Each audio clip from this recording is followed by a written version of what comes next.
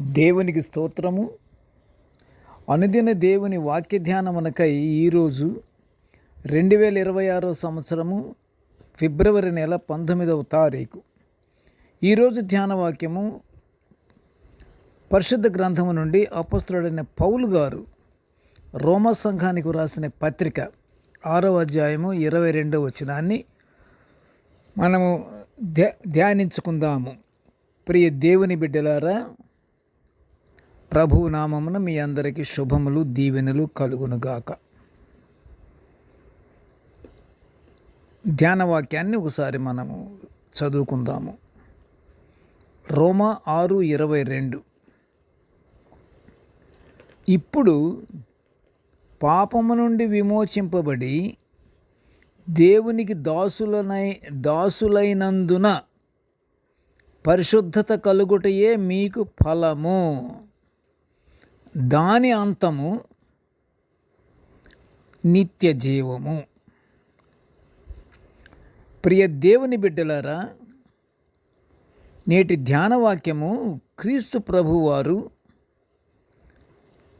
మానవుల పాప పరిహారార్థ నిమిత్తము శిలువపై ఆయన తన అమూల్య రక్తమును చిందించి మానవులను పాపము నుండి విమోచించి రక్షణ కలుగజేసినందున కలిగిన పరిశుద్ధత గురించి మనము ధ్యానించుకుంటున్నాము. అపొస్తలుడైన పౌలు గారు రోమా సంఘానికి రాసిన పత్రికలో క్రీస్తు ప్రభువారు మన ఎడల అంటే మానవుల ఎడల చేసిన ప్రాణత్యాగమును గురించి వివరించుట ఈ ధ్యాన వాక్యములో మనం చూస్తున్నాము. పౌలు గారు అంటారు, మీరు పైనున్న వాటినే వెతకాలి, పైనున్న వాటి మీదనే మనసు పెట్టాలి, కానీ భూ సంబంధమైన వాటి మీద మనసు పెట్టకూడదు. ఎందుకంటే మన ప్రభువును రక్షకుడునైన క్రీస్తు దేవుని కుడిపార్శ్వమందు కూర్చుని ఉన్నాడు అని కొలస్సైల సంఘానికి పౌలు గారు రాసిన పత్రికలోని 3వ అధ్యాయము 1వ వచనములో మనము చూస్తున్నాము. ప్రభు అయిన యేసుక్రీస్తు వారి యొక్క మరణ, భూస్థాపన, పునరుద్ధానముల గురించి విశ్వాసము కలుగయుండుట ద్వారా నూతన జీవములోనికి వచ్చుట మనము చూచెదము అని కొలస్సైలకు రాసిన పత్రిక 3:3లో మనము చూస్తున్నాము. లోక విషయాలలో మనుషులు ఆకర్షితులు అవ్వకుండా దేవుని రాజ్యమును గురించి, అంటే పైవాటినే మరి దృష్టి పెట్టండి అంటున్నాడు కదా పౌలు గారు. ఇక్కడ ఆకర్షితులు మనుషులు ప్రపంచము యొక్క ఆకర్షణ మనము గురి కాకూడదు. మనము అలా ఆకర్షితులు అవ్వకుండా దేవుని రాజ్యమును గురించి మరింత ఎక్కువగా తెలుసుకుంటూ పవిత్రమైన జీవితం జీవించాలి.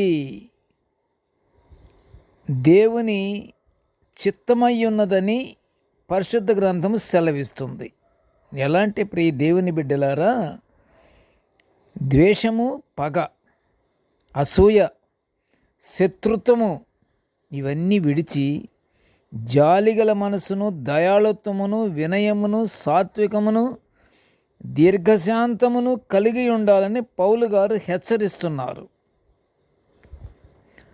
దేవుని పునరుద్ధాన శక్తి మనలో పని చేసినప్పుడు ఈ గుణములు వాటంతటవే మనలోకి ప్రవేశించి ఆ మాదిరిగా మనల్ని నడిపిస్తాయి, మనము దేవుని మహిమపరిచేలా చేస్తాయి. కనుక ప్రియ దేవుని బిడ్డలారా, మనము ఎల్లప్పుడూ దేవుని యందు ఆసక్తి కలిగిన వారమై, దేవునికి దగ్గరగా ఉండేటి వారమై, దేవునికి సన్నిహిత్యము కలిగి ఉన్న వారమై కానీ ఉండి మనము ఎడతెగక ప్రార్థనలో ఉంటే మనము తప్పకుండా పునరుద్ధాన శక్తి మనలో పని చేస్తుంది. ప్రియ దేవుని బిడ్డలారా, కనుక మనము ఎలా ఉండాలి? దయాళుత్వం కలిగి ఉండాలి, వినయము కలిగి ఉండాలి, సాత్వికము కలిగి ఉండాలి, దీర్ఘశాంతము కలిగి ఉండాలి, ప్రేమ కలిగి ఉండాలి. ఇవన్నీ కలిగి ఉండి నిత్యము మనము ఎడతెగని ప్రార్థనలతో మనము పరలోక ఆశీర్వాదాలు పొందుకుందాము.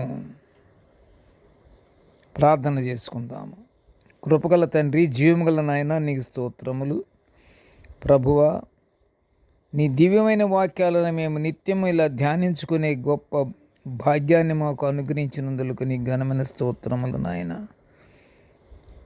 నేటి ధ్యాన వాక్యాన్ని వినుచున్న ప్రతి బిడ్డను ఆశీర్వదించయ్యా. కృపగల నాయన, మేము ఎల్లప్పుడూ తండ్రి మంచి మనసు కలిగి, వినయము కలిగినటువంటి మనసును, ప్రేమ కలిగి ఉండి నీ ఆశీర్వాదాలు మేము పొందుకునే భాగ్యాన్ని మాకు అనుగ్రహించమని ఈ మనవులన్నీ యేసయ్య పుణ్యనామమున వినయముగా వేడుకొనుచుంటున్నాము తండ్రి. ఆమెన్. దేవుడు మనలందరినీ బహుగా దీవించుగాక. Amen, amen, amen.